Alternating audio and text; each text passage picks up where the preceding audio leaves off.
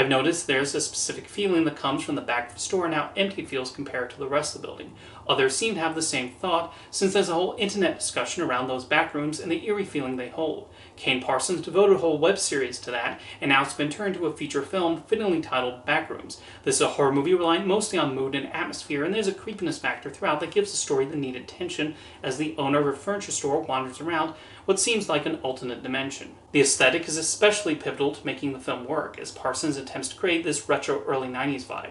I think we've all been in those shops that seem sparse with items, and he captures that with a furniture store owned by Clark. And then when Clark ventures into the back rooms and walks around, there's the same curiosity as him about what's around the next corner, as well as a feeling of dread. Parsons really plays into this fascination with buildings where they're designed in such an unusual way, and especially give off a certain eeriness when there's nobody else there. The production design is a key part of what makes the movie work, with Danny Vermette doing a fantastic job of crafting the different rooms. Although even when we're outside, Parsons and his cinematographer Jeremy Cox create a lot of striking images. There are other neat touches, like when it turns into a found footage movie a few times, and those add to the uneasiness of what the characters find. What I also appreciate is the lack of jump scares in back rooms. The creepiness factor comes from the uncertainty of what they find in this place, rather than something suddenly jumping out of the walls. The characters are given interesting personalities, with Chiwetel Ejiofor delivering a strong performance as Clark. He's shown to be a very flawed person with a lot of issues, and the movie does a good job of exploring this and even the effect this has on the backrooms.